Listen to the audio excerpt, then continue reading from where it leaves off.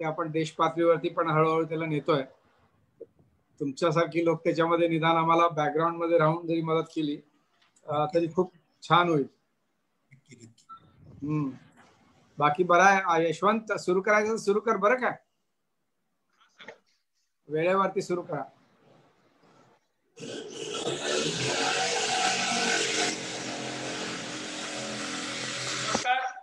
महाराष्ट्र माहिती तंत्रज्ञान सहायता केंद्र आणि ऊर्जा फाउंडेशन चांगुलपणाच्या चळवळी अंतर्गत आयोजित फेसबुक संवाद मालिकेमध्ये आज आपल्या सोबत आहे डॉक्टर अनिल जोशी सर. स्वागत आहे तुमचं.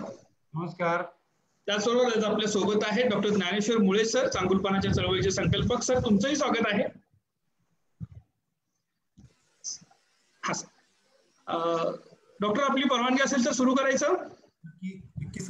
नक्की. आपण थोडस वेगळ्या पद्धतीने आज सुरू करतोय की कारण की डॉक्टरांच्या कार्याची ओळख आणि आजचा विषय म्हणजे मरणानंतर खरे तर जग जगतं हा एक विषय घेऊन आपण पुढे आलेलो आहोत. जरा त्याच्यामध्ये हा विषय का घेतला किंवा त्याची जी उत्सुकता आहे ती थोडीशी आपल्याला हे करायची आहे. सर पहिला एक प्रश्न माझा असा आपल्याला आहे की आपण 25 वर्ष सातत्यानं विठुरायाच्या त्या पंढरपूर नगरीच्या आरोग्याची जबाबदारी सांभाळत होतात. तर ती जी तुमची कारकीर्द आहे त्याच्याविषयी सुरुवातीला आपण थोडस सर्वांना सांगितलं तर बरं पडेल. हो नक्की. यशवंतजी, सर्वप्रथम मी ऊर्जा फाउंडेशनचे आभार मानतो की मला या मंचावरती आज बोलायची संधी आपण दिलेली आहेत. ऊर्जा फाउंडेशन सारख्या अनेक समाजाच्या उपयोगाचं काम करणाऱ्या संस्थेना आपली पॉझिटिव्ह ऊर्जा देणारे मुळे सर आज आपल्या सोबत आहेत. त्याचा विशेष आनंद आहे. चांगुलपणा म्हणजे काय असा मी थोडासा ज्यावेळेला विचार करतो तर चांगुलपणा हा वाईटपणा या शब्दाचा विरोधार्थी शब्द असा त्याचा मर्यादित अर्थ आपल्याला नक्कीच अभिप्रेत नाही. या संदर्भात थोडासा मी तुमचा निरोप आल्यानंतर चांगुलपणावरती थोडंसं चिंतन करत होतो. त्यावेळेला न्यायमूर्ती महादेव गोविंद रानडे यांनी धर्माची एक वेगळ्या पद्धतीने केलेली व्याख्या मला ऐकायला मिळाली. प्रत्येक माणसात एक चांगुलपणाचा अंश असतो. त्या चांगुलपणाच्या अंशाचं मूल्यवर्धन करण्याचे जे जे मार्ग आहेत ते म्हणजे धर्म, अशी एक वेगळी व्याख्या न्यायमूर्तींनी केलेली आहे. आणि हे जे मूल्यवर्धन होतं ते मूल्यवर्धन हे दया, क्षमा, शांती या 3 गुणांच्या द्वारे होतं.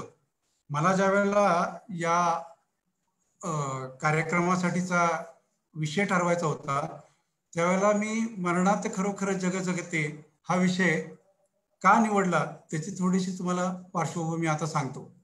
यशवंत, आवाज येतोय ना? येतोय, आवाज येतोय आपला, बोला.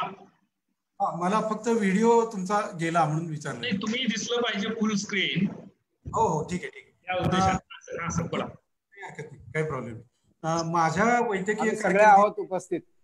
Yes sir, yes sir. हा, फक्त तुम्ही दिसावं सगळ्यांना मुख्य म्हणून आम्ही थोडा ऑफ करतो, म्हणजे फोकस तुमच्या बोलण्यावरती राहावं. काही नाही. माझ्या वैद्यकीय कारकिर्दीचे 2 टप्पे होते. मी पोस्ट ग्रॅज्युएशन झाल्या झाल्या एक 2-3 वर्ष ससून रुग्णालयामध्ये न्याय वैद्यक शास्त्र विभागात अधिव्याख्याता म्हणून काम केलं आणि नंतरची 25 वर्ष आपण म्हणलात तसं मी पंढरपूर नगर परिषदेचा मुख्य वैद्यकीय अधिकारी म्हणून काम केलं. एकाच ठिकाणी 25 वर्ष काम करायला मिळणं ही तशी सहसा दुर्लभ संधी आहे. आणि पंढरपूर म्हटलं की आपल्याला यात्रा आरोग्य व्यवस्थापन मुख्यत्वाने आढळतं. आता मरण संकल्पना, चांगुलपणाची चळवळ, चांगुलपणा आणि मरण यांचा काय संबंध आहे असा स्वाभाविकच एक प्रश्न आपल्या मनात येऊ शकतो.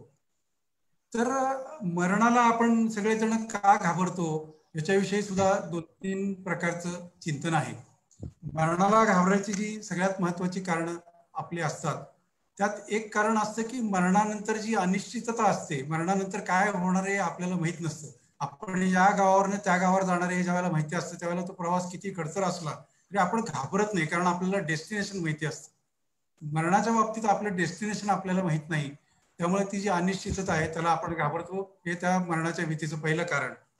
आणि दुसरं कारण म्हणाल तर मरण येतेवेळी आपल्याला काही यातना होतील का याची आपल्या मनात भीती असते. आपला अंत कसा होईल हे आपल्याला माहित नाही. ऍक्च्युली आपला जन्म आणि मृत्यू हे 2 जे पॉइंट्स आहेत आपल्या आयुष्याचे ते ठरलेले असतात आणि उत्पत्ती, स्थिती आणि लय या एका चक्रातनं आपण आपलं आयुष्य घालवत असतो. आणि या चक्रात डॉक्टरचं आणि तुमचं इंटरॅक्शन खूप असते. म्हणजे या तिन्ही स्थितीमध्ये डॉक्टरचा रोल खूप असतो.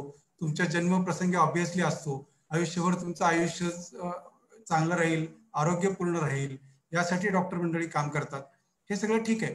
पण लय म्हणजे मरण ज्या वेळेला होतो त्यावेळेला डॉक्टर मंडळींचा काय रोल असतो का आणि तो काय असतो हे मला या फोरमच्या माध्यमातून आपल्याला सगळ्यांना सांगायचं होतं. म्हणून मी मरणात खरोखर जग जगते हा विषय घेतला. मी तुम्हाला सांगितलं की मी न्याय वैद्यकशास्त्र विभागात काम केलं. न्याय वैद्यकशास्त्र विभाग हा तसा आपण मेडिकलच्या पॅकेजच्या सगळ्या फॅकल्टीज या प्रसिद्ध आहेत. कार्डिओलॉजी आहे, एंडोक्रायनॉलॉजी आहे, नेफ्रोलॉजी आहे, विविध अवयवांचे आजार आहे. त्या अवयवात चांगले काम करणारे अनेक ख्यातनाम डॉक्टर आहेत.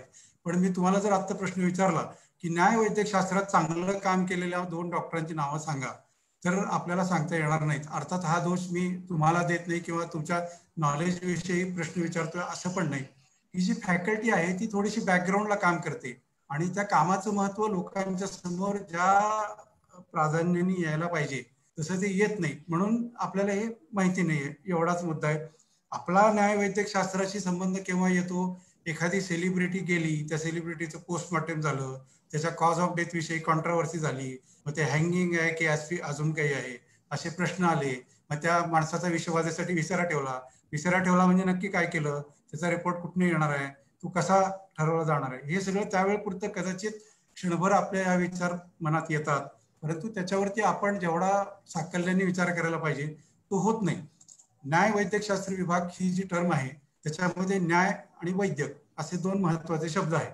आता न्याय म्हणजे जी लिगल प्रोसिजर आहे, म्हणजे कायद्याचं राज्य आपल्याकडं, गुन्ह्यांचा तपास पोलीस करतात. त्या गुन्ह्याच्या तपासामध्ये काही विषय असे असतात की त्याच्यामध्ये त्यांना वैद्यकीय ज्ञाने नॉलेजचे मदत घ्यायला लागते. म्हणजे आता ते सुशांत सिंग राजपूतच्या बाबतीत आपण ऐकतोय त्याचा तो लिगेचर मार्क कसा होता, मग ती खरंच वगैरे वगैरे. अशा पद्धतीने ज्या वेळेला वैद्यकीय नॉलेजचा वापर हा पोलीस तपासासाठी किंवा एखाद्या कन्क्लुजनकडे जाण्यासाठी ज्या वेळेला होतो त्यावेळेला त्याला फोरेन्सिक मेडिसिन म्हणतात. आणि मग आम्ही डॉक्टर म्हणून काम करतो, पण आमच्या डॉक्टर म्हणून काम करणाऱ्याला सुद्धा एक कायद्याची चौकट आहे. आमचं सगळं काम त्या कायद्याच्या चौकटीतच चालतं. त्याला मेडिकल ज्युरिस्प्रुडन्स म्हणतात. म्हणजे डॉक्टरनी वर्तन करताना त्यांना ज्या कायद्याने बांधलेला आहे त्या कायद्यांचा अभ्यास आपल्याला सांगणारं जे शास्त्र आहे त्याला आपण मेडिकल ज्युरिस्प्रुडन्स म्हणतो. या दोन्ही गोष्टीचा आपल्या नित्याच्या जीवनाशी, समाजाशी, समाजाच्या स्वास्थ्याशी सगळ्याशी एक खूप चांगला संबंध असल्यामुळं हा थोडासा वेगळा विषय आपल्यासमोर मांडावा असं मला वाटलं, म्हणून मी हा विषय आज घेतलेला आहे.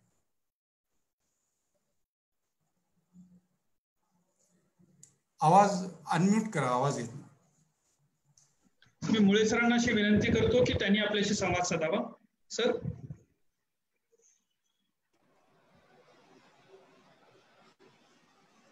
खरं तर मला वाटतं की आमचा संवाद बऱ्यापैकी नेहमीच सुरू असतो. पण या निमित्तानं प्रत्यक्ष बोलण्याची अप्रत्यक्ष संधी मिळते, ती फार मला महत्वाची वाटते. मला असं विचारायचं की खरं तर तुमचा व्यासंग इतका मोठा आहे की मरणापुरतं त्याला मर्यादित ठेवता कामा नये.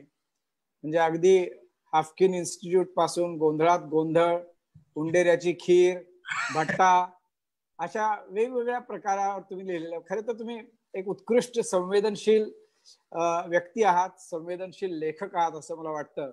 पण तुम्हाला तुमची लेखकी जी आहे ती फारशी मोठ्या प्रमाणात परस्यू करता आली नाही असंही मला वाटतं. तर हे असं बहुमुखी इतकं बहुआयामी जीवन जगण्याची कला तुमच्याकडे कुठून आली, कशी आली आणि त्याचा कसा विकास झाला? म्हणजे तुमची थोडक्यात जडणघडण अभिरुचीची जी आहे ती ऐकण्यामध्ये मला जरूर इंटरेस्ट आहे. नक्की सर, खूप चांगला प्रश्न आपण हा विचारलात. ज्यावेळेला मी विचार करतो की माझी माणूस म्हणून जडणघडण कशी झाली, तर त्याच्यामध्ये ज्या सगळ्या अनेक गोष्टी असतात त्याच्यामध्ये सगळ्यात महत्वाची गोष्ट म्हणजे तुमचं कुटुंब आणि तुम्ही ज्या घरात जन्म घेता आणि ज्या घराचे संस्कार तुमच्यावरती होतात ते अर्थातच प्राधान्याने येतं. माझं भाग्य असं की मी माझे आजोबा गणेश वामन उर्फ बाबूराव जोशी हे पंढरपुरात सर्व प्रकारच्या पंढरपूरच्या सामाजिक जीवनामध्ये त्यांनी भाग घेतला आणि त्यांचे संस्कार आमच्यावरती लहानपणापासून झाले. माझे बाबा त्या काळातले म्हणजे स्वातंत्र्यपूर्व काळात जे विधानसभा इलेक्ट झाली होती, म्हणजे त्यावेळेला ब्रिटिश राजवटीची शेवटची निवडणूक झाली आणि ती विधानसभा कॅरी फॉरवर्ड झाली आपली पहिली निवडणूक पोहोचतोपर्यंत. त्याचे ते आमदार होते, एक स्वातंत्र्य सैनिक होते, त्यांना 4-5 वेळा तुरुंगवास झाला, एक चांगले पत्रकार होते आणि पक्के गांधीवादी आणि काँग्रेस विचारांचे ते होते. त्यांच्या कारकिर्दीत पंढरपुरात 2 अतिशय महत्वाच्या घटना घडल्या. त्या घटनांचे काही तुरळक किस्से मला आजोबांच्याकडनंच ऐकायला मिळाले. त्या 2 घटना अशा होत्या की पहिल्या घटनेद्वारा गुरुजींनी जे उपोषण केलं मंदिर प्रवेशासाठी, त्या उपोषणाच्या वेळेला बाबांचं एक गोफण म्हणून साप्ताहिक होतं. ते काँग्रेस पक्षाची ध्येय धोरणं लोकांना समजावीत म्हणून ते गोफण म्हणून साप्ताहिक चालवायचे. गोफण म्हणजे ज्यातून दगड मारले जातात ते, आणि अक्षरशः ते इंग्रज सरकारला दगड मारायचे आणि त्यांना वेगवेगळ्या शिक्षा झालेल्या आहेत. त्यातली एक शिक्षा त्यांनी कलेक्टरची सर्कस म्हणून एक अग्रलेख लिहिला होता, त्या अग्रलेखासाठी माझ्या आजोबांना शिक्षा झालेली आहे. मुद्दा असा होता की सर्व हरिजन मंदिर प्रवेशाच्या वेळेला गुरुजी ज्या वेळेला इथे तनपुरे महाराज मठात उपोषणाला बसले होते, त्यावेळेला त्या साप्ताहिकाचं रूपांतर बाबांनी दैनिकात केलं आणि जेवढे कालावधी तो उपोषण चाललं होतं त्या कालावधीत उपोषणाच्या रोजच्या घटना, गुरुजींची तब्येत, गुरुजींना कोण भेटायला येते, पडद्यासमोर पडद्यामागं काय हालचाली घडतायत, या सगळ्याचा वृत्तांत येत होता. तो डॉक्युमेंट झालेला आहे. आणि बाबांचे त्या काळचे सहकारी पांडुतात्या उत्पात आणि मंदिर प्रवेशाचे महाभारत म्हणून एक अतिशय उत्कृष्ट ग्रंथ त्याबाबत लिहिलेला आहे. एका दृष्टीने गुरुजींच्या उपोषणाचं ते सामाजिक रेकॉर्ड आहे. त्यानंतर त्या सगळ्या प्रयत्नाने यश आलं आणि हरिजन मंदिर प्रवेश झाला. गणपतराव तपासे आणि त्यांच्या सहकाऱ्यांनी मंदिरात प्रवेश केला. गणपतराव तपासांची आठवण अशी आहे की गणपतराव तपासे आणि बाबा हे विधानसभेत एका बाकावर बसायचे.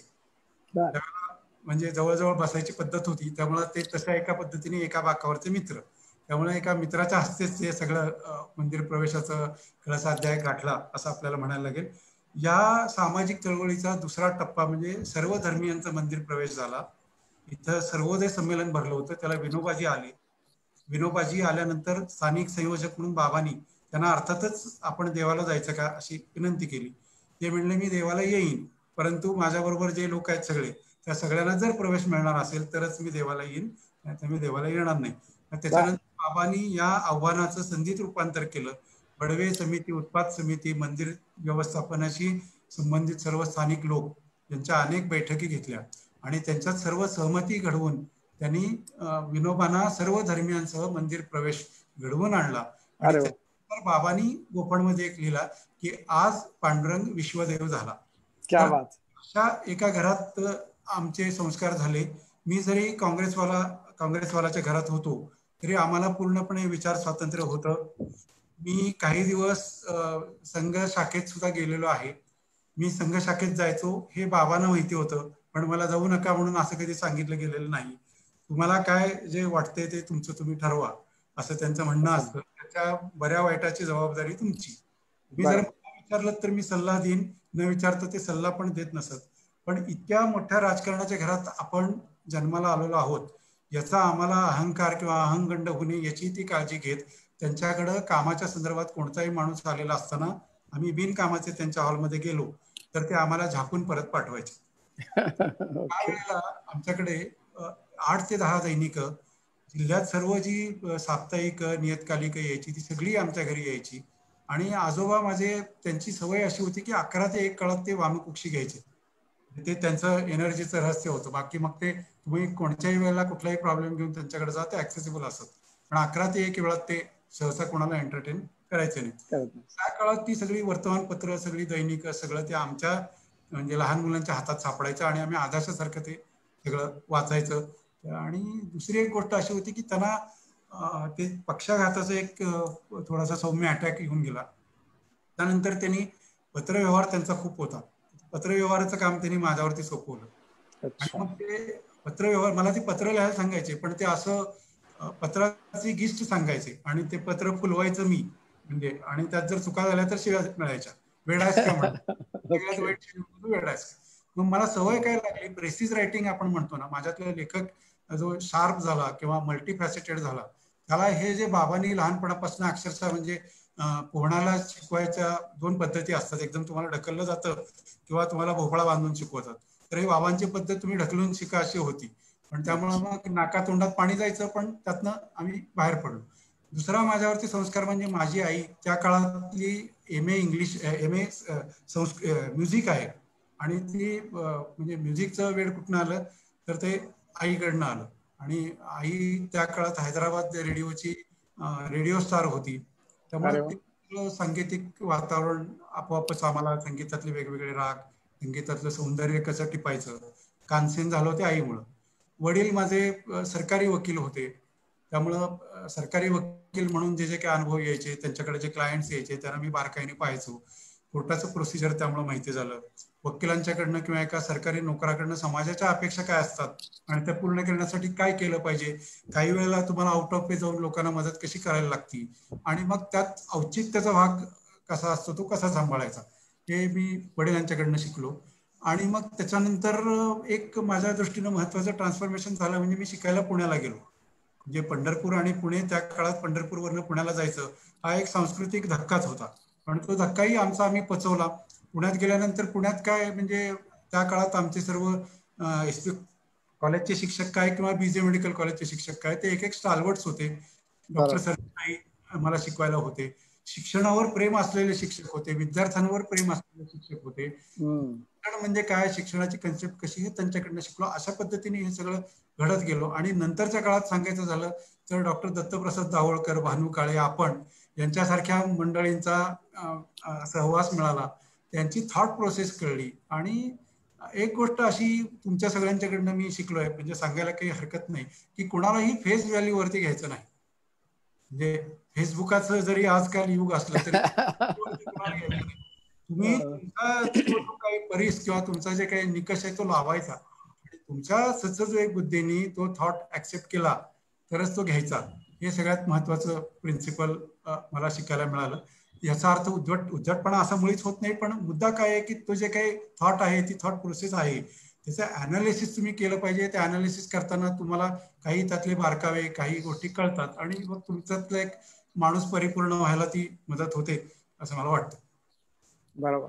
मला हे सांगा की पंढरपूरच्या संदर्भात मला विचारायचं आहे की पूर्वी नेहमी असं म्हणायचे की फार अस्वच्छ वातावरण असतं, म्हणजे एका बाजूला वारकऱ्यांच्या मनातलं पावित्र्य, पांडुरंगाविषयीचं प्रेम, आणि दुसरीकडे अतिशय अस्वच्छता. हा दोन्ही प्रवास तुम्ही पाहिलेला आहे गेली 50-60 वर्ष.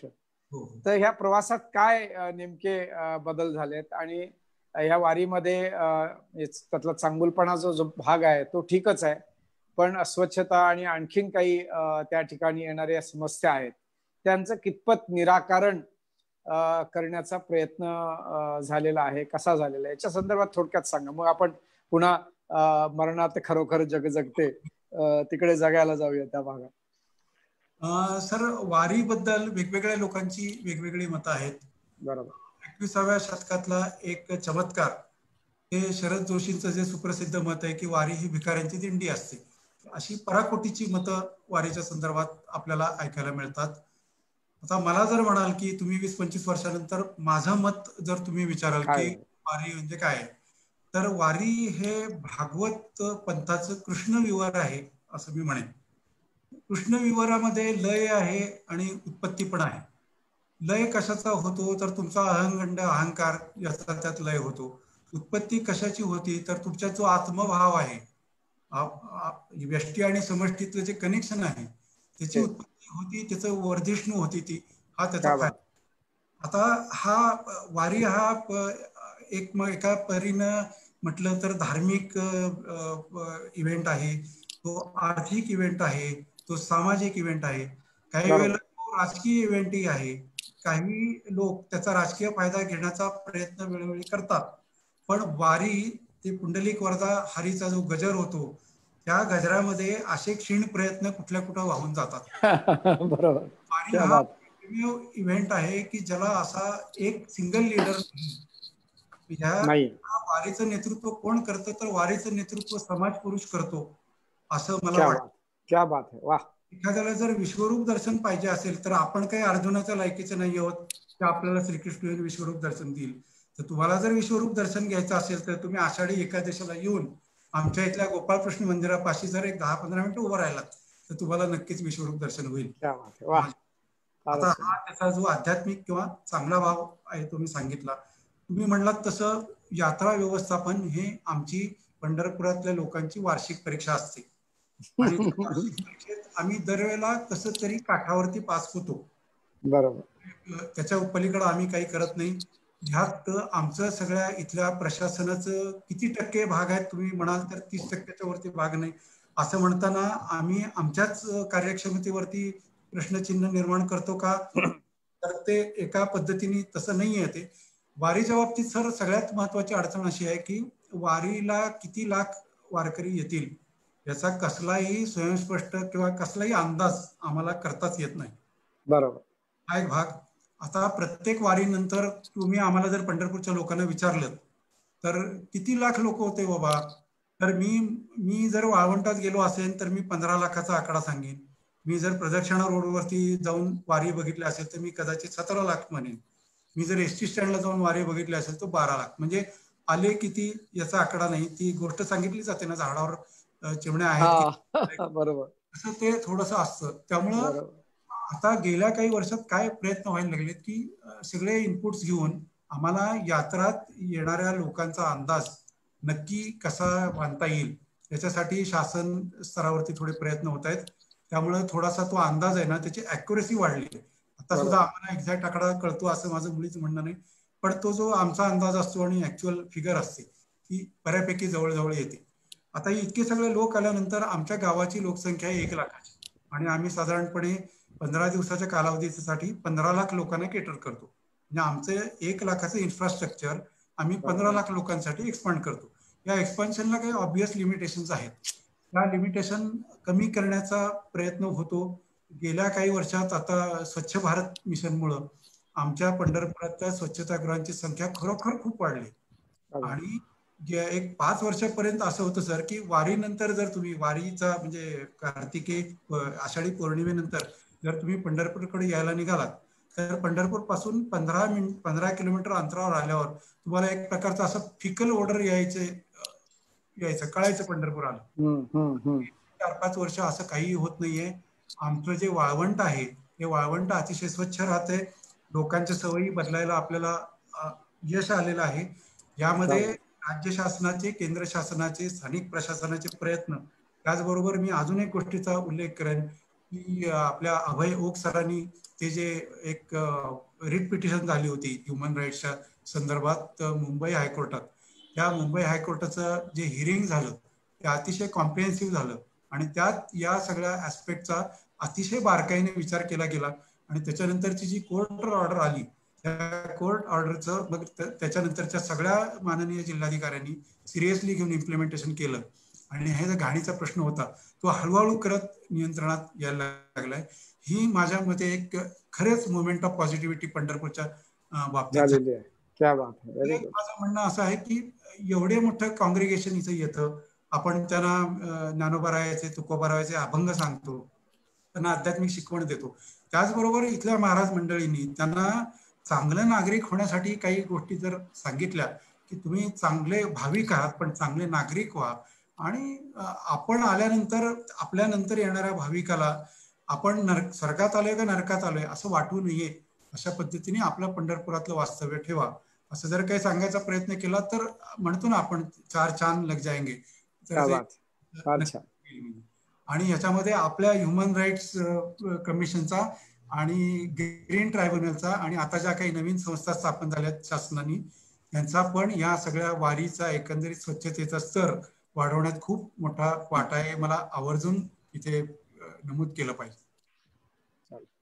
तुमचे आता वेगळ्या विषयावरती जाऊ की शवागार तुम्ही पाहिलेला आहे, शवविच्छेदन केलेलं आहे, त्याच्या आसपास आणि त्याच्यामध्ये असणाऱ्या ज्या गुंतागुंती आहेत, मानवी मनुष्य स्वभाव आहे, एकंदरीतच काम करणं तिथं हा अनुभव आहे, याविषयी थोडस मला असं वाटतं की कोणीही लिहित नाही. मी तुमचं पुस्तक पहिल्यांदा वाचलं तेव्हा इतका प्रभावित झालो होतो मराठीमधलं जे आहे. आणि मग त्याच्यानंतर तुम्हाला इंग्रजीतही मी लिहायचा आग्रह केला आणि तुम्ही ते लिहिलं. तर हे काही प्रत्येकाच्या वाचनामध्ये येत नाही, पण जरूर तुम्ही त्यातल्या काही आठवणी किंवा त्यातल्या काही संस्मरण जी असतील तुमची किंवा काय तुम्हाला प्रसंग आठवतात त्याच्याविषयी थोडं सांगा ना. हो सर. सर्वप्रथम सर म्हटले तसं माझं जे पुस्तक 2000 साली प्रसिद्ध झालं त्याचं नाव अपार्थिव, म्हणजे पार्थिवाविषयीचे अपार्थिव विचार असं थोडंसं कन्सेप्ट टायटल आम्ही योजलं होतं. ते पुस्तक सरांनी वाचलं आणि मला जर बरोबर आठवत असेल तर मालदीव मुक्कामी आपण एका समुद्र किनाऱ्यावर बसलेलो असताना सरांनी मला असं इन्सिस्ट केलं, मुळे सरांनी, की अरे हे पुस्तक जर तुला इंटरनॅशनल ऑडियन्स पर्यंत न्यायचं असेल तर तुला हे इंग्रजीमध्ये केलंच पाहिजे. तुम्हाला जर इंटरनॅशनल ऑडियन्स पर्यंत पोहोचायचं असेल तर मराठी अमेरिकेतला इंग्लंड मधला माणूस कशाला वाचेल. तर ते हे सांगत असताना डॉक्टर दत्तप्रसाद दाभोळकर आणि भानू काळे सर हे तिथे उपस्थित होते. सरांनी बीज रोवलं. त्याच्यानंतर आम्ही मालदीव ट्रिपवरनं भारतात परत आलो आणि त्याच्यानंतर दत्तप्रसाद दाभोळकर सर आणि भानू काळे सर यांनी मला अक्षरशः सुचू दिलं नाही. सिद्धेश या 3 महानुभावांच्या मुळे गेला आणि ते पुस्तक इंग्रजी आलं. या बाबतीत फारसं मराठीत लिखाण नाही, हे थोडंसं खरं आहे. मी म्हणजे सर म्हणले तसं तुम्ही जर मराठीतही नाही आणि इंग्रजीतही नाही, म्हणजे बाकीच्या भारतीय भाषांमध्ये असेल असं मला वाटत नाही. हो सर. स्वतंत्र पुस्तक लिहिण्याचा मला कधी कोणी पाहण्यात नाहीये माझ्या. बरोबर आहे सर. तर ते जे ससून शवागार आहे ना, त्याचं जिथे ऍक्च्युली आपण त्या मार्ग मध्ये प्रवेश करतो ना, तिथे दारावरती एक शेक्सपियरचं वाक्य आम्ही लिहून ठेवलंय. ते वाक्य आहे की language of the dead is deciphered here.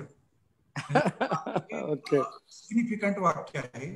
मृत आत्म्याशी एक प्रकारे साधलेला तो संवाद आहे, पण तो असं प्लॅंचेट विंचेट नाही, तर तो एका शास्त्राच्या आधारे साधला गेलेला संवाद आहे.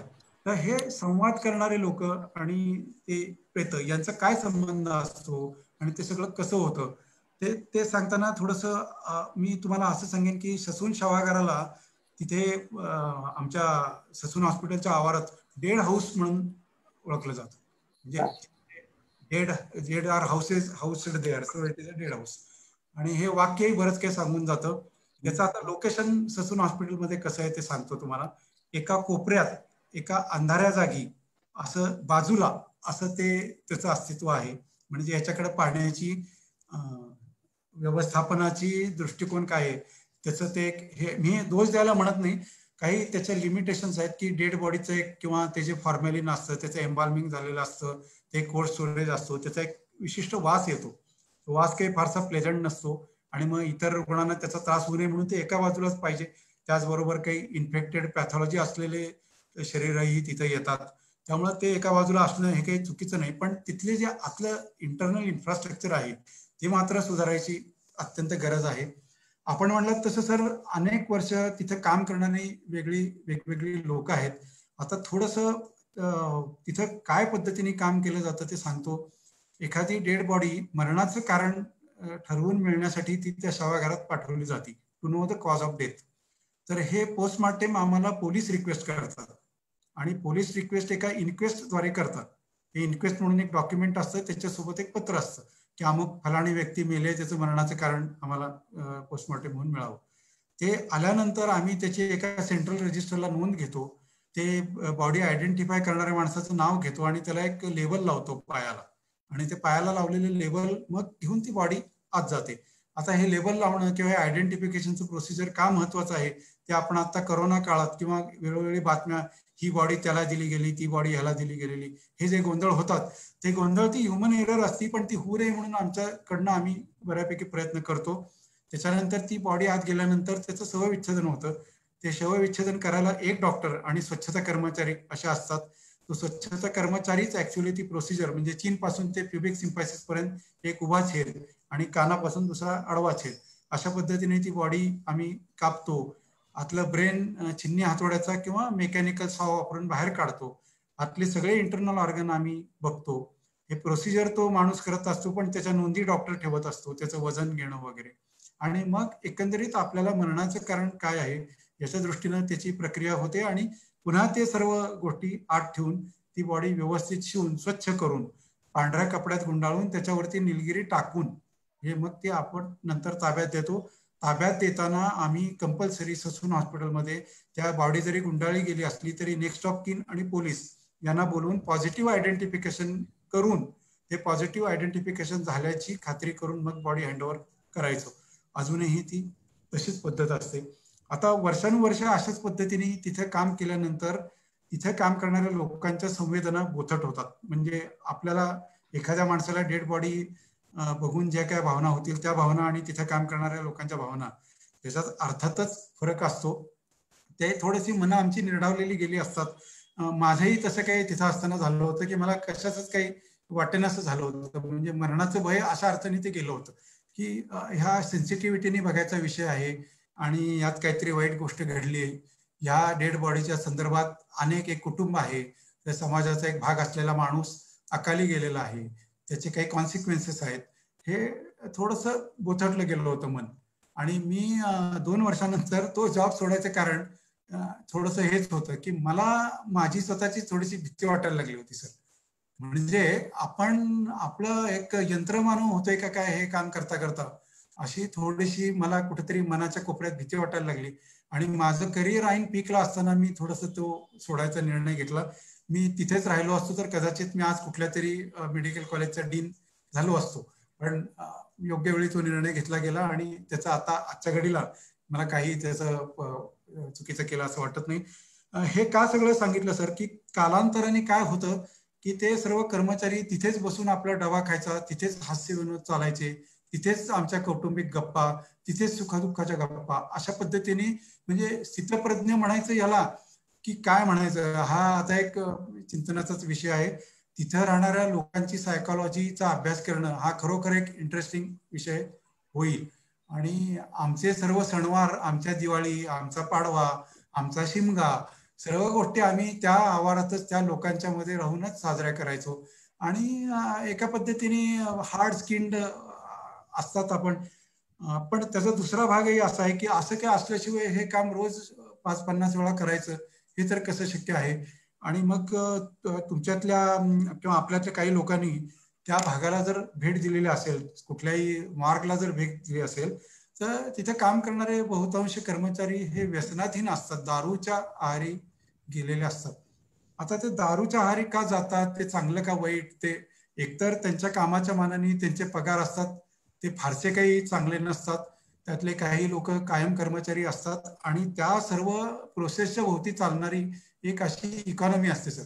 म्हणजे त्याच्यानंतर ते पांढरं कापड उपलब्ध करून देणारी काही माणसं असतात, निलगिरी विकणारी काही माणसं असतात, त्या शवविच्छेदन झालेल्या बॉडीला ॲम्ब्युलन्सेस अवेलेबल करून देणारी एक यंत्रणा असते. आणि हे सगळे आपल्या पोटाची कळगी भरण्यासाठी आलेले लोक तिथे असतात.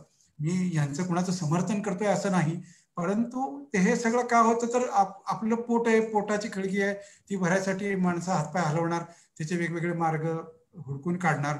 आपण आपल्या एसी रूम मध्ये बसून त्यांच्याबद्दल जजमेंटल होताना या सगळ्या गोष्टीचं भान आपण कायम राखलं पाहिजे असं मला वाटतं. या संदर्भातला आपण आपली अनास्था कशी असती त्याचा एक किस्सा मी इथं आवर्जून सांगेन. आमच्याकडं एक रेबीजनी मेलेला पेशंट पोस्टमॉर्टमसाठी आला होता आणि आम्ही त्याचं पोस्टमॉर्टम केलं. ते पोस्टमॉर्टम केल्यानंतर त्या माणसाला रेबीज झालाय असं आम्हाला थोड्या उशिराने रुग्णालय प्रशासनाकडनं कळवलं गेलं. मग अर्थातच त्याची थोडीशी सगळ्या विषयाची त्या काळजी वाटायला लागली. आणि मग मी थोडंसं आमच्या सुपरिटेंडेंट ऑफिसशी बोललो आणि मग काय करता येईल याचा थोडा अंदाज घेतला. तर त्या काळात सर 2 प्रकारच्या लसी आपल्याला मिळायच्या. एक ती हाफकिनची सुप्रसिद्ध पोटाखाली द्यायची 5 cc, त्याच्या गाठी यायच्या, ते 14 इंजेक्शन घ्यायला लागायची, लोक त्याला घाबरायचे. म्हणजे 10+2 अशा पद्धतीने ती लस दिली जायची. आणि त्याच काळात दंडात घ्यायची इंट्रामस्क्युलर 0.5 cc ची एक ऍडव्हान्स लस आली होती.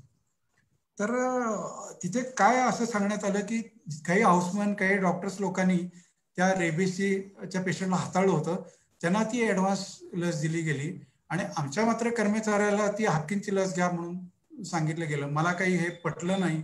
मी तिरीमिरीत जाऊन त्या सुपरिटेंडेंट ऑफिसात जाऊन कधी नव्हे ते माझ्या स्वभावात बसत नसताना सुद्धा तिथे वाद घातला आणि प्रचंड वाद घातला. आणि मी म्हटलं की हे चालायचं नाही, नाहीतर ह्याचा मी इश्यू करेन. तर मग शेवटी प्रशासनाने माझं म्हणणं मान्य केलं. स्पेशल केस म्हणून ते लस त्या कर्मचाऱ्याला म्हणजे परमिट केली गेली. आणि त्याचा वाईट भाग असा आहे सर, हे सगळं मी ज्या माणसासाठी भांडलो त्याला मी सांगितलं बाबा की तू हे रेबीज हाताळला आहेस, त्याचं असं असं इंजेक्शन आहे, त्याची 5 इंजेक्शन तुला घ्यायची आहेत, ही तुझी एक्झिक्युटिव्ह ऑर्डर आहे, ती हे घेऊन तू त्या काय जो नंबर असेल तिथं जा आणि ते शेड्यूल पूर्ण कर. तर त्या माणसाने मला काय ऐकवलं सर की हे तुम्हाला कळलं म्हणून डॉक्टर तुम्ही केलं, असं काही रेबीज बिबीज होत नसतं. माझ्या काळ्याचे पांढरे इथे काम करताना झालेत आणि असं जर मी प्रत्येक गोष्टीला घाबरत बसलो तर मला काम करणं अवघड होईल. आणि असं सांगून मी त्याच्या हातापाया पडून सुद्धा त्या माणसाने ती लस घेतली नाही आणि नंतर त्याच्या आणि माझ्या सुदैवानी त्याला काही झालं नाही. म्हणजे हे मनुष्य स्वभावाचे वेगवेगळे कंगोरे कसे असतात आणि लोकांचं तिथं काम केल्यानंतर थॉट प्रोसेस काय होती हे सांगण्यासाठी मी तुम्हाला सांगितलं.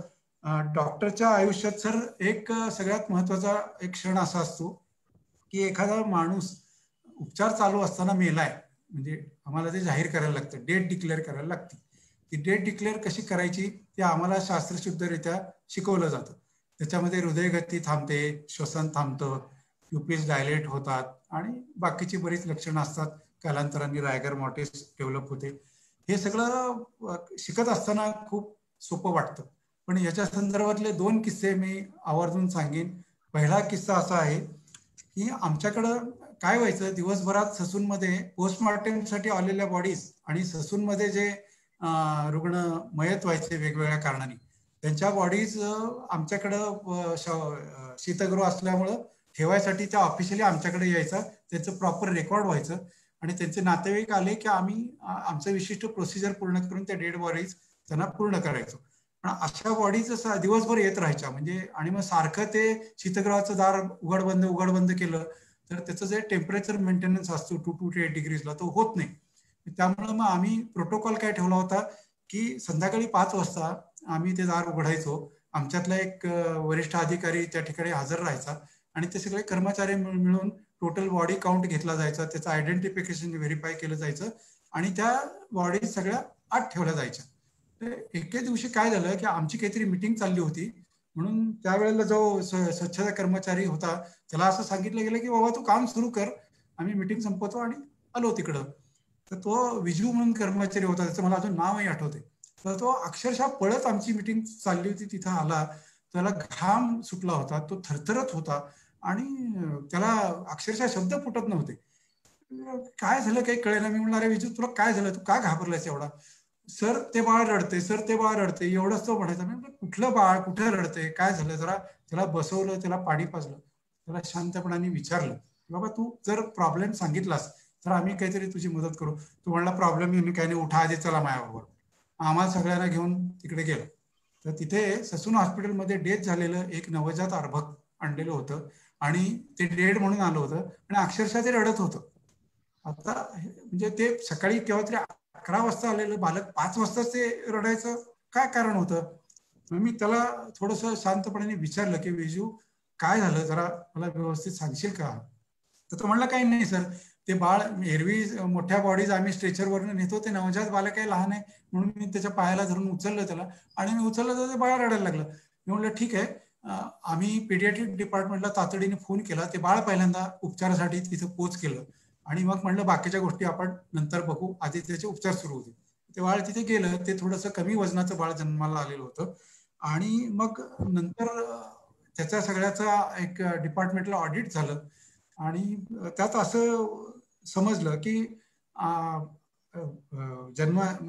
नवजात मूल जर लगेच रडलं नाही तर त्याला पायाला असं उलटं धरायचं आणि पाठीवर थपके मारायचे, असं एक स्टँडर्ड प्रोसिजर आहे. हे सगळ्या लेबर रूम मध्ये प्रोसिजर केलं जातं बाळ रडलं नाही तर. ते विजूनी नकळत ते प्रोसिजर केलं होतं आणि ते बाळ रडायला लागलं. म्हणजे रिसुसिटेशन विजूच्या हातनं आमचं झालं. आता ते बाळ जिवंत असताना मृत म्हणून शवागारात कसं काय आलं, हा प्रशासनासमोरचा दुसरा पेज. तर आपल्या वैद्यकशास्त्रामध्ये एक सस्पेंडेड ॲनिमेशन म्हणून कन्सेप्ट आहे. की सस्पेंडेड ॲनिमेशन ही कन्सेप्ट जशी वैद्यकशास्त्रात आहे तशी ती अध्यात्मामध्ये सुद्धा आहे. की आपल्या श्वसनाचा, आपल्या रक्ताभिसरणाचा दर इतका कमी करायचा की तो कळूच नाही. म्हणजे हे लोक समाधीत जातात, ती समाधी अवस्था म्हणजे एक प्रकारचं सस्पेंडेड ॲनिमेशनच असतं. वैद्यकशास्त्राच्या बाबतीत जर आपण म्हटलं की काही कारणांनी स्ट्रेसफुल डेथ ज्यांची होते, म्हणजे सेप्टिसेमियामुळे असेल किंवा ते बालक समजा आता नवजातक त्याला जन्माला होताना जर काही बर्थ ॲस्फिक्सिया डिस्ट्रेस झाला असेल तर ते सस्पेंडेड ॲनिमेशन मध्ये जाण्याची शक्यता असते. शरीराचा तो एक डिफेन्स मेकॅनिझम असतो की आपले मेटाबॉलिझम इतक्या लो लेवलला आणायचं की जे काही आपली ताकद राहिली आहे ती ताकद वापरून आपण सस्टेन व्हायचं आणि मग ती क्रायसिस त्यातनं बाहेर आलो की आपोआप सगळ्या गोष्टी रिस्टोर होतील अशी कन्सेप्ट होती. तर ज्या सीआरनी ती डेट डिक्लेअर केली होती त्यांनी ते काही त्यातनं ते सुटलं, ते कसं सुटलं काय सुटलं माहिती नाही. आमच्याकडं त्याचाही एक म्हणजे त्याचाही जर ह्युमॅनिटेरियन अँगलने विचार करायचा झाला तर ससूनच्या लेबर रूम मध्ये अक्षरशः 550 डिलिव्हरीज रोज होतात आणि त्या सीआरचं आयुष्य म्हणजे खरोखर हेल असतं, त्याला नीट झोप मिळत नाही. एक सिरियस पेशंट बघू तोपर्यंत दुसरा पेशंट सिरियस होतो, पळापळ असते, सगळीकडनं प्रेशर असतं, त्यामुळे ते गांजलेले असतात अक्षरशः. हे काही त्याचं समर्थन नाही, झाली ही चूकच होती, ती मान्यच करायला पाहिजे. पण मग असं काहीतरी त्याच्याकडनं ते सस्पेंडेड ॲनिमेशन मिस होऊन ते बालक आमच्याकडे आलं, विजूने ते उभं धरलं, ते रडायला लागलं आणि मग ते तिकडे गेलं. मी ह्याची डिपार्टमेंटली इन्क्वायरी झाली, त्या सीआरचं रजिस्ट्रेशन 6 महिन्यासाठी रद्द झालं आणि मग त्याच्यानंतर त्या सगळ्या गोष्टीचा एक दखल घेऊन जाऊन एक वेगळा प्रोटोकॉल नवजात बालकाचे डेट डिक्लेअर करण्यासाठी ससून हॉस्पिटलमध्ये जाहीर केला गेला आणि तो फॉलो केला गेला. अशा पद्धतीने हा एक न विसरता येण्यासारखा अनुभव आहे. दुसरा अनुभव मी तुम्हाला सांगितलं की डेट डिक्लेअर करायचं. आता काय असतं की डॉक्टरही सगळे माणसं असतात आणि एखादा माणूस जिवंत आहे आणि मेला आहे यातली सीमारेषा काय आणि कोणत्या इन्स्टंटला ते होतं हे काही आपल्याला काहीही झालं तरी आपल्याला कळू शकत नाही, तो इन्स्टंट कळत नाही. आत्ता माणूस मेलेला असतो, नंतर काही वेळाने आपण त्याच माणसाला मृत म्हणून जाहीर करतो. मुद्दा काय झाला, आषाढी एकादशीला एक माझे स्नेही पळत पळत नगरपालिका दवाखान्यात आले आणि ते काय म्हटले की आमच्याकडे मुक्कामाला आलेला एक वारकरी भजन करत करत असता जागच्या जागी कोसळलाय आणि बहुतेक तो गेलाय. तुम्हाला डॉक्टर विनंती आहे की तुम्ही जरा काय परिस्थिती आहे बघून आम्हाला सांगा, पुढे काय करायचं ते त्याच्यावर ठरेल. आता म्हटलं ठीक आहे, असं अशा प्रसंगी नाही म्हणणंही अवघड असतं. गेलो आपला. तर त्यांचं घर देवळापासून काही मीटर अंतरावर होतं. सर्व बाजूनी ज्यांनी आषाढी एकादशीचं वातावरण म्हणजे अक्षरशः आमच्याकडं हरिनामाचा गजर, लाऊडस्पीकर्स, टाळ, चिपळ्या, दिंड्या, असं एक आमची जी बेसिक अँबिएंट नॉईज लेवल असते ती इतकी मोठी असती की आम्हाला एकमेकाशी बोलायलाच मोठमोठ्यांदा बोलायला लागतं. आणि अशा याच्यात आमच्याकडे जे यजमान कृत्य करणारे लोक आहेत ते अशी एक छोटी खोली देतात, त्याच्यात ते एका खोलीत 5-50 लोक राहिलेले असतात.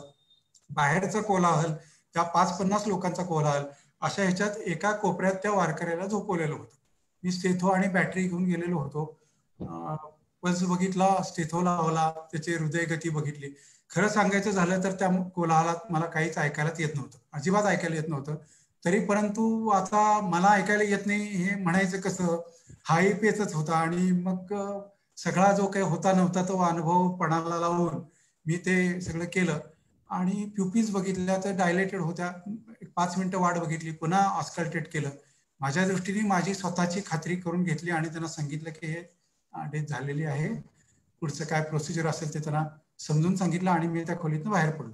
मी खोलीत बाहेर पडून एक 5-50 मीटरवर गेलो असेल तेवढ्यात तो माणूस परत पळत पळत माझ्याकडे आला.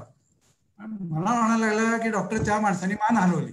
झालं, माझ्या पोटात धस्स झालं. म्हणलं आपली 5-50 वर्षाची 5-25 वर्षाची रेप्युटेशन ते आता त्याचं वस्त्रहरण होण्याची वेळ आली. पण ठीक आहे, आता तो सांगतोय तर परत जाणं भाग होतं, गेलं होतं. तर ते काहीतरी त्या ज्या बायका होत्या बरोबर त्या शोक करण्यासाठी त्या माणसाच्या पायावरती डोकं ठेवून त्या जोरजोरात शोक करत होते. त्याच्यामुळे त्या बॉडीचं शिर हलत होतं, अशी ती परिस्थिती होती.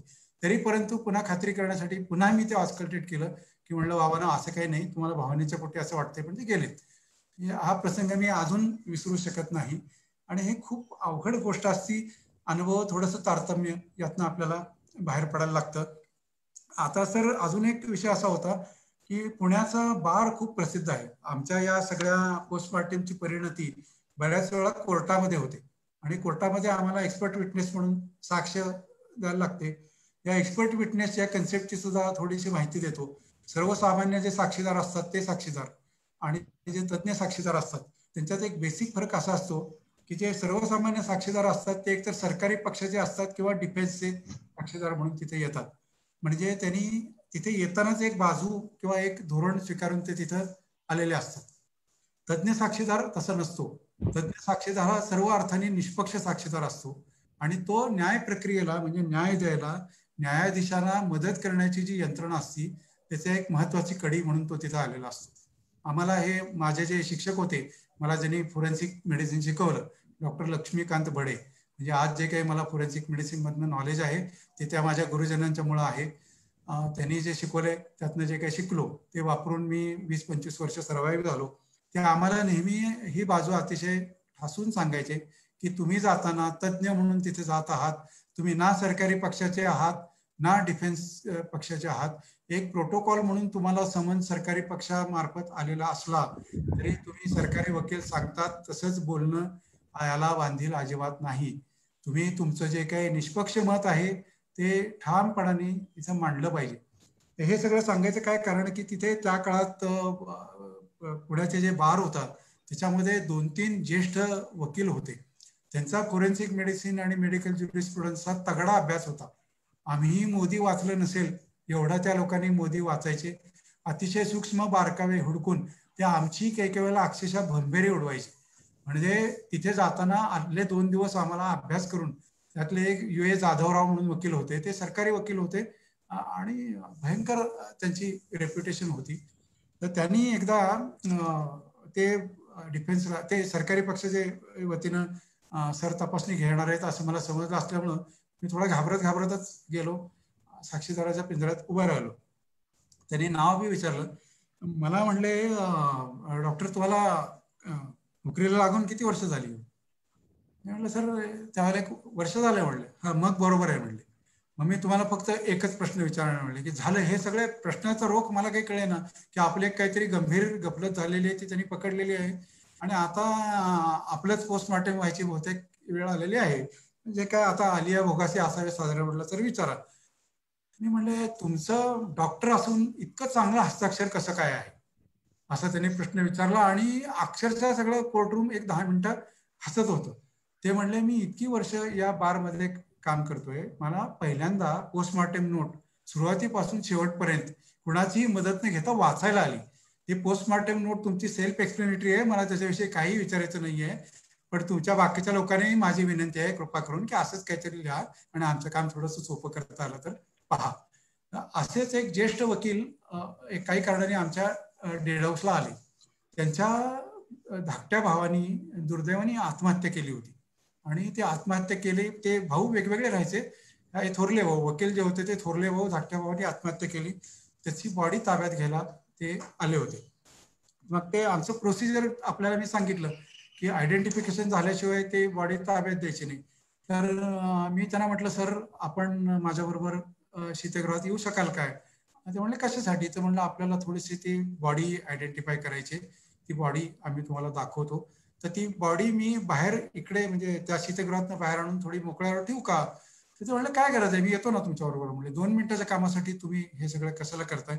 मी तुमच्याबरोबर येतो, आपण आज जाऊया, मला ती बॉडी दाखवा, मी 2 मिनिटात आयडेंटिफाय करतो, बाहेर येतो आणि प्रोसिजर पूर्ण करू. मी म्हणलं सर बघा म्हणजे तुम्ही खरोखर माझ्याबरोबर शीतगृहात येत आहे ना? अहो म्हणले डॉक्टर किती वेळा तोच प्रश्न विचारताय, चला ना म्हणलं.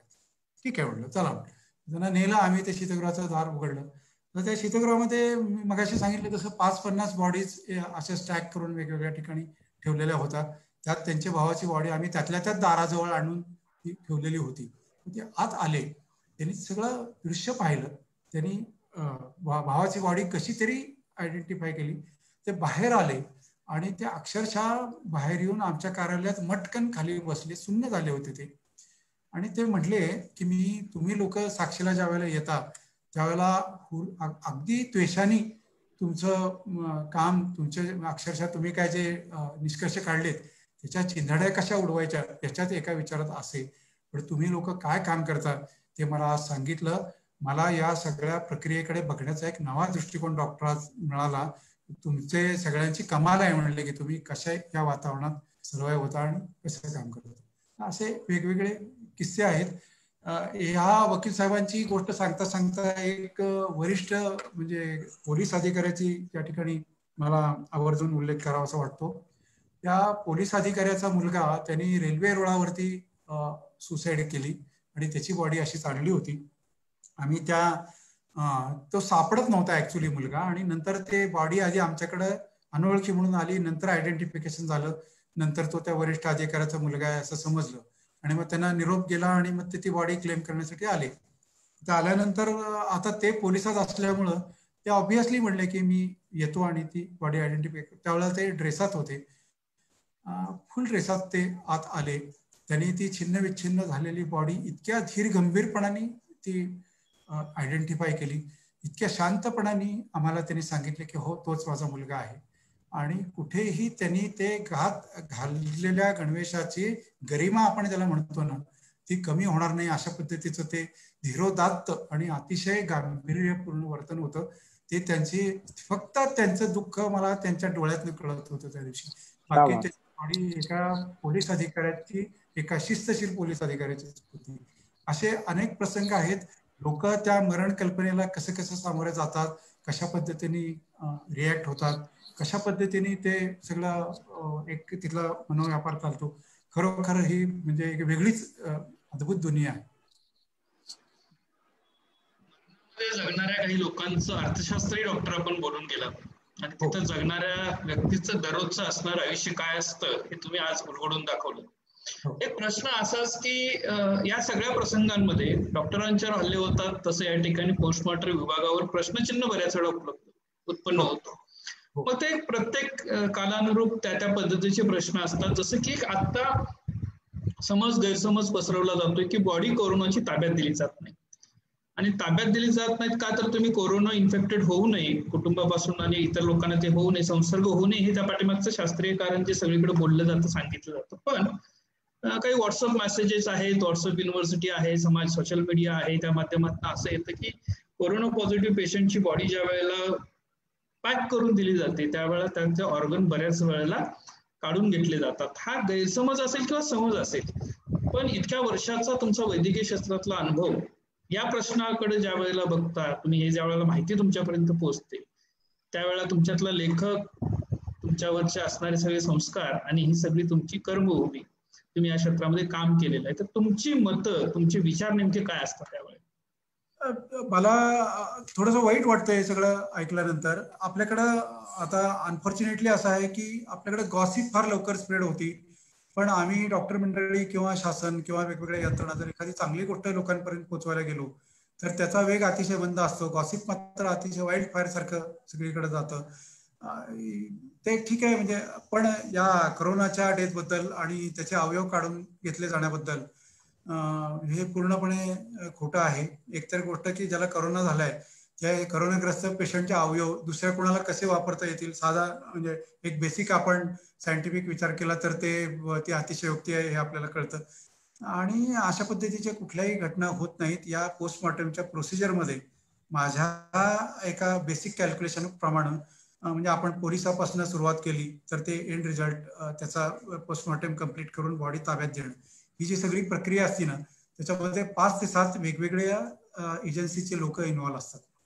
त्यामुळे या सगळ्या लोकांना अंधारात ठेवून एखादाच मनुष्य असं काही करेल. आणि दुसरी गोष्ट अशी आहे की ती इन्फेक्टेड ऑर्गन घेऊन आपण करणार आहोत काय, त्याचा काहीच उपयोग नाहीये. म्हणजे हे सगळं खोटं आहे. पण तुम्ही आता जो मुद्दा व्यक्त केला त्या अनुषंगाने मला अजून 1-2 गोष्टी सांगाव्या अशा वाटतात की ऑर्गन डोनेशनची अशा पद्धतीने आपण चर्चा करायच्या ऐवजी अवयवदानाची जी चळवळ आता सध्या भारतात जगात मूळ धरते त्या चळवळीविषयी आपण थोडा सकारात्मक विचार केला पाहिजे. आपण अवयवदान हा आपल्या थिंकिंग प्रोसेसचा एक भाग बनवला पाहिजे. कारण आपण त्यातनं आपलं जे चेतन तत्व बाहेर पडलं की जे काही खाली आपल्या देह उरतो, तर आमच्या शास्त्रीय अभ्यासानुसार एका माणसाने जर अवयवदानाचा निर्णय घेतला तर 50 वेगवेगळ्या लोकांना त्याचा फायदा होऊ शकतो. एकाला 50 असं ते गुणोत्तर आहे.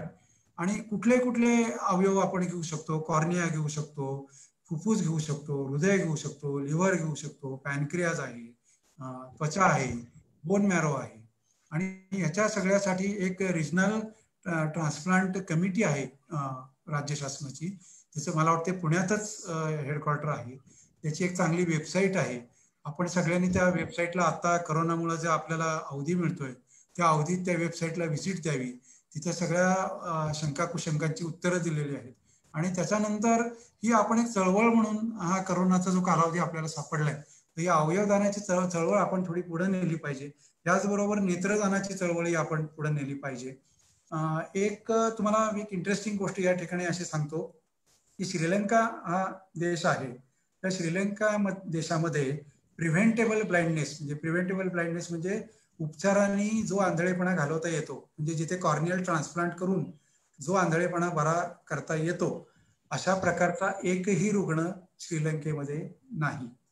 आता तुम्ही म्हणाल की काय याचं रहस्य आहे, तर तिथे एक कायदा असा आहे की एखाद्या नागरिकाचा मृत्यू झाल्यानंतर त्याची बॉडी ही स्टेट प्रॉपर्टी होते, आणि ती स्टेट प्रॉपर्टी झाल्यामुळं प्रत्येक मृत व्यक्तीचा कॉर्निया काढून घेतला जातो ऑफिशियली, आणि एका मृतदेहापासून 2 कॉर्निया मिळतात. त्यामुळे 2 अंधे व्यक्तींना आपण दृष्टी देऊ शकतो, आणि अशा पद्धतीने वर्षानुवर्ष ते काम करतायत. आणि त्याचा रिझल्ट म्हणून त्यांच्याकडे प्रिव्हेंटेबल ब्लाइंडनेसचा आजच्या घडीला एकही रुग्ण नाही. तर आपण अशा प्रकारचा आपल्या व्हॉट्सअप युनिव्हर्सिटीचा असाही आपण वापर करून एक चांगला करिक्युलम. मी थोडस थांबवतो तुम्हाला याला पुढे करण्यापेक्षा, की श्रीलंकेमध्ये हा कायदा होऊ शकतो तर भारतात का नाही? हा, बरोबर आहे. तर आता त्याचं असं आहे की या म्हणजे मृतदेहात थोडस याला धार्मिक कारण आहे. आपल्याकडे धार्मिक समजुती आहेत, आपल्यातल्या बऱ्याच धर्मांचा पुनर्जन्मावरती विश्वास आहे, आणि मग पुनर्जन्म मिळताना आपले डोळे इकडेच राहतील की काय, अशी काहीतरी म्हणजे भीती असावी. मी मगाशी म्हटलं तसा हा थोडासा धार्मिक प्रबोधनाचा भाग आहे. याचं शास्त्र आपण समजून सांगितलं पाहिजे, आणि असं काही होतं का होत नाही का हे थोडस याचा जो धार्मिक अँगल आहे तो आपण केला पाहिजे. धर्माची मगाशी न्यायमूर्ती रानडेंनी सांगितलेली व्याख्या सांगितली, ती व्याख्या जर आत्मसात केली तर आपल्या पुढचे आजचे अनेक प्रश्न चुटकीसरशी संपतील. पण हे शेवटी असं म्हणण्याला ही मर्यादा आहेत. हे एका मर्यादेच्या अर्थाने डे ड्रीमिंग आहे, पण आपण सगळे आता डे ड्रीमर्सच चांगुलपणाच्या चळवळीत एकत्र आलेलो आहोत असं मला वाटतं. आणि ही डे ड्रीमर्सची जी बिरादरी आहे ती दिवसेंदिवस मुळे सरांच्या नेतृत्वाखाली वाढणार आहे, याचा मला विश्वास आहे. या विश्वासापोटीच मी हे थोडंसं बोलण्याचं धाडस करतो. मला 2 महत्त्वाचे प्रश्न घ्यायचे डॉक्टर. आता एक प्रश्न असा की 25 वर्ष सातत्यानं पंढरपूरच्या वारीचं आरोग्य सांभाळण्याचं काम तुम्ही केल्याची सुरुवातीला मी बोललो, आणि तुम्हीच प्रश्न सांगितले. स्वच्छता जशी जशी स्वच्छ भारत अभियानाअंतर्गत असो ते वेगवेगळ्या माध्यमातून ते वाढायला लागली, अवेअरनेस यायला लागला, आणि त्याच्यामध्ये बदल होत गेला हे आपण बघितलं. पण मला एक वेगळ्या अँगलनं प्रश्न असा विचारायचा की या वर्षी जर वारी झाली असती तर सार्वजनिक आरोग्य व्यवस्थेवर काय परिणाम झाला असता, आणि झाली नाही त्यामुळे आपण काय म्हणजे प्रिव्हेंट करू शकलो, हे थोडंसं आपण डॉक्टरी दृष्टिकोनात मांडावं असं मला वाटतं. पण तुमच्या प्रश्नाने झाली असती का काय, या प्रश्नाने माझ्या अंगावर आता काटा आलाय. म्हणजे आताची जी आपली संख्या आहे ना ती कितीतरी सो मेनी टाइम्स ती वाढली असती. कारण करोना प्रसाराची जी महत्वाची प्री कंडिशन आहे ना ते ओव्हर क्राउडिंग हे आहे. म्हणजे तुम्ही बघा की मास्किंग म्हणा किंवा ते जे सुरक्षित अंतर ठेवा आपण असं सांगतो ना, हे ओव्हर क्राउडिंग आपण टाळायसाठी केलेला सगळ्यात महत्वाचा फॅक्टर आहे. आजच्या घडीला दुर्दैवाने आपल्याला करोना ट्रीट करण्यासाठी औषध उपलब्ध नाही, लस अजून आपल्याला लसीबद्दल आपण चाच पडत आहोत. तर अशा प्रसंगी आपल्या आता काय होतं तर prevention is better than cure हे पब्लिक हेल्थचं सगळ्यात महत्वाचं प्रिन्सिपल आपल्या हाती होतं. आणि यशवंतजी आणि सर, मला एक अतिशय आनंदाची गोष्ट या बाबतीत काय वाटते की वारकरी संप्रदायाने हे शासनाचं आव्हान, त्याला जो प्रतिसाद दिला तो अनप्रेसिडेंटेड होता. त्यांनी कसलाही भावनिक प्रश्न या ठिकाणी केलं नाही. आपण ही गोष्ट करतोय ती पुण्याचीच आहे. आपण घरी बसून केलेला नमस्कार पांडुरंगाप्रती पोचणार आहे. ही जे ज्ञानोबा तुकाराम यांनी गेली 700 वर्ष लोकांना सांगितलं ते या लोकांनी, आपल्या सर्वसामान्य वारकऱ्यांनी, आपण ज्यांना अशिक्षित अडाणी समजतो त्या लोकांनी किती पचवलंय ते आपल्याला या निमित्ताने दाखवून दिलं. आणि हाच आपल्या चांगुलपणाचा गाभा आहे. आपण तो जपला पाहिजे, वाढवला पाहिजे. इथंच जे वारकरी, पारंपरिक वारीला येणारा वारकरी पण संत साहित्याचा अभ्यास करून ते साहित्य समजून घेणारा, वारीची तत्व समजून घेणारा, जगणारा वारकरी जर हे बेसिक मूल्य जपतोय, तर मग दुसऱ्या बाजूला राजकीय म्हणजे राजकीय हेतूसाठी म्हणून हजारो लोक मंदिर उघडा म्हणून जेव्हा पंढरपूरमध्ये येतात त्यावेळेला काय वाटतं? मला असं वाटतं की तो नुसता राजकीय हेतू त्याच्या मागे नव्हता. त्या सगळ्या प्रश्नाकडे मी अशा पद्धतीने बघतो की ही सगळी जी आपली मंदिरं आहेत ना, ती मंदिर परिसर आणि मंदिर म्हणजे आपण ज्याला रिलिजियस टुरिझम म्हणू, ही सुद्धा एक इंडस्ट्री आहे. आणि या इंडस्ट्रीवरती अनेक लोकांची पोटं अवलंबून आहेत. आणि आमच्या पंढरपूरच्या बाबतीत बोलायचं झालं तर आमच्या इथले माळी आहेत, आमच्या इथली प्रसादाची दुकानं आहेत, आमच्या इथं ज्या अलाइड इंडस्ट्रीज आहेत. पंढरपूरला आमच्या उत्पन्नाचं साधन म्हणाल तर 4 वाऱ्या आणि अनुषंगिक वर्षभर जे रिलिजियस टुरिझम आमच्याकडे होतो, तो आमच्या अर्थव्यवस्थेचा आत्मा आहे. त्याच्यावर आमची अर्थव्यवस्था चालती. आणि थोडंसं काय झालंय की नाही म्हणलं तरी हा सगळा कोरोनाचा पिरियड आपल्या अपेक्षेपेक्षा खूप लांबलाय. आणि त्यामुळं समाजाचा एक सिग्निफिकंट भाग असा आहे की जो आता आर्थिक अडचणीत आहे. सरकार, केंद्र शासन असू दे, राज्य शासन असू दे, त्यांच्या परीनं मदत करायचा प्रयत्न करतायत. त्या पण त्याला मर्यादा आहेत, ऑब्व्हियसली मर्यादा आहेत, आर्थिक मर्यादा आहेत, लॉजिस्टिक्स आहेत. तर हे नुसतं हा राजकीय प्रश्न होता का त्याला एक सामाजिक आर्थिक पदर होता? तर नक्कीच त्याला एक सामाजिक आर्थिक पदर होता. हे त्याच्याकडेही लक्ष वेधण्याचा प्रयत्न म्हणून मी त्याच्याकडे बघतो. आणि तो आपण सगळ्यांनी समाज म्हणून, राज्य शासन म्हणून त्याचा योग्य तो कॉग्निझन्स घेतला पाहिजे. आणि त्याचा हा जो भाग आहे, आर्थिक भाग जो आहे, त्याला ऍड्रेस केला पाहिजे. आता म्हणजे मंदिर प्रवेशाची मागणी डॉक्टर म्हणून अशास्त्रीय आहे. म्हणजे अशा पद्धतीने आपण क्राऊड कॉंग्रिगेशनला परवानगी देणं हे माझ्या मते अशास्त्रीय आहे. पण तो नुसता पॉलिटिकल इव्हेंट होता असं मला वाटत नाही. त्याला अतिशय तितकी स्ट्रॉंग अशी फायनान्शियल आणि सोशल ऍस्पेक्ट आहे. तो लक्षवेधी सूचना होती. लक्षवेधी सूचनेचे जे बाकीचे पदर आहेत त्याचाही आपण सौजन्य आणि सहानुभूतीने विचार केला पाहिजे. आणि त्या सगळ्या गोष्टीकडे आपण बघितलं पाहिजे. यानंतर मग दुसरा एक उपप्रश्न असा तयार होतो की हे अर्थशास्त्र जर आपल्याला सांभाळायचं असेल तर हे अर्थशास्त्र सांभाळत असताना आपलं असणारं धार्मिक स्वातंत्र्य अबाधित राहावं, पण महत्वाचं असणारं आरोग्य देखील या ठिकाणी जपलं जाईल, सामाजिक आरोग्य जपलं जाईल, चांगलं होईल. यासाठी एक डॉक्टर म्हणून काय काळजी घेणं अपेक्षित आहे, काय सांगाल तुम्ही याबद्दल? खरं सांगू का यशवंतजी, आता सुद्धा मी बाहेर पडतो ना, तर गेल्या 4-6 महिन्यात जो सस्टेंड प्रोपागंडा झालेला आहे ना हेल्थ इश्यूच्या बाबतीत, तर त्याचा परिणाम झालेला आहे. लोक मास्क वापरतात, सुरक्षित अंतर ठेवतात, सारखे हात धुतात, पण त्याची जी इंटेन्सिटी आणि क्वालिटी आहे ना या सगळ्या गोष्टींची, ती आपण खूप वाढवू शकतो. मी अनेक लोक तो मास्क गळ्यातच अडकून फिरतात, नाकच उघडं ठेवतात, त्या मास्कला 100 वेळा हातच लावतात, नंतर विनाकारण गर्दी करतात. तुम्ही आता एक गोष्ट अशी आहे की ह्यातनं आपल्याला सुटका नाहीये. ह्या सगळ्यात एक मला लोकांना आवर्जून सांगायला लागतं की काही लोकांना वाटतं की हा सगळा हाईप केलेला आहे आणि काही लोकांना वाटतं की खूप गंभीर बाब आहे. म्हणजे काही लोक एन्झायटीनी ग्रस्त आहेत, तर काही लोक ते फार कॅज्युअली घेत आहेत. तर ह्यात करायचं काय? तर डॉक्टर म्हणून मी तुम्हाला फक्त एवढंच सांगेन की 100 लोक जर करोनाग्रस्त होणार असतील तर त्यातले 2% लोक सिरियस होऊन आयसीयू कडे जाणारे आहेत. 98% लोक असिम्प्टोमॅटिक, प्रीसिम्प्टोमॅटिक किंवा माइल्ड आजार होऊन बरी होणारी आहेत. आता वैद्यक व्यावसायिक म्हणून माझ्या पुढे प्रश्न काय आहे? तुम्ही माझ्याकडे पेशंट म्हणून आल्यानंतर तुम्ही 2% जाणार आहात का 98% जाणार आहात, हे मला आत्ता माझ्या वैद्यकीय ज्ञानावरती सांगता येत नाही. म्हणजे अगदी सुरुवातीच्या स्टेजला असे जर काही पॅरामीटर्स आम्हाला मिळाले की तुमच्या मी या 4-5 टेस्ट केल्या आणि मग मला कळलं की तुम्ही 2% कडे जायची शक्यता आहे, ते प्री डिस्पोजिशन आपल्याला माहिती आहे. तुम्हाला ब्लड प्रेशर असेल, तुम्हाला डायबिटीस असेल, तुम्हाला बाकीची कोमॉर्बिडिटीज असेल, वय जास्त असेल किंवा खूप कमी असेल, तरी प्रोबॅबिलिटी वाढते. पण ह्या सगळ्या गोष्टीच्या व्यतिरिक्त एखादी टेस्ट मी केली, XYZ टेस्ट केली आणि मग तुम्हाला बाबा तुम्ही हायपॉक्सियात जायची शक्यता आहे, तुम्हाला व्हॅस्क्युलायटिस व्हायची शक्यता जास्त, असं जर मला कळलं तर मग हा विषय सोपा होतो. पण अडचण अशी आहे की असं काही आता कळत नाहीये. त्यामुळे आपण सुरुवातीलाच आपण 2% जाणार आहे असं धरून जर काळजी घेतली तर हे बेसिकली ही जी चेन ऑफ कम्युनिकेशन आहे ना ती थांबवणं, ह्याच्यात शासनाचा काय रोल आहे मला सांगा. ह्यात तुमचा माझा आपल्या सगळ्यांचाच रोल आहे. आपण ह्या गोष्टी जर सिरियसली त्यातल्या मागचं शास्त्र समजून सांगून केल्या तर आपण काहीही बाहेरचं इंटरव्हेन्शन न होता आपण हे थांबवू शकू. अर्थात हे बोलायला खूप सोपं आहे. आपल्या नित्याच्या ऍक्टिव्हिटी मगाशी म्हणलं त्याचा आर्थिक अँगल आहे. नंतर आपण सगळी माणसंच आहोत. We are vulnerable to all sorts of pressures.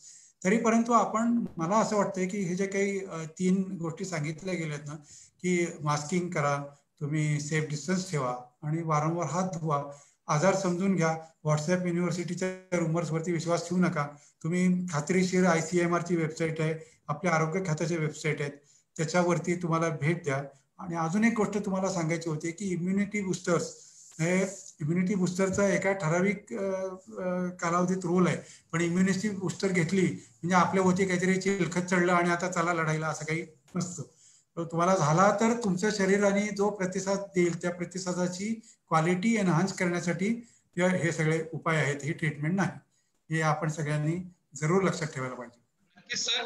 आपण या ठिकाणी मुलाखतीचा समारोप करत असताना एक शेवटचा आणि महत्वाचा प्रश्न तुम्हाला विचारायचा आहे. डॉक्टर ज्ञानेश्वर मुळे सरांनी चालवलेली ही जी काही चळवळ आहे, चांगुलपणाची चळवळ ही कुणाच्या विरोधात नाही तर चांगलं काम करणाऱ्या चांगल्या विचारांच्या लोकांनी एकत्र येऊन एक व्यासपीठ निर्मितीचा चाललेला हा प्रयत्न आहे.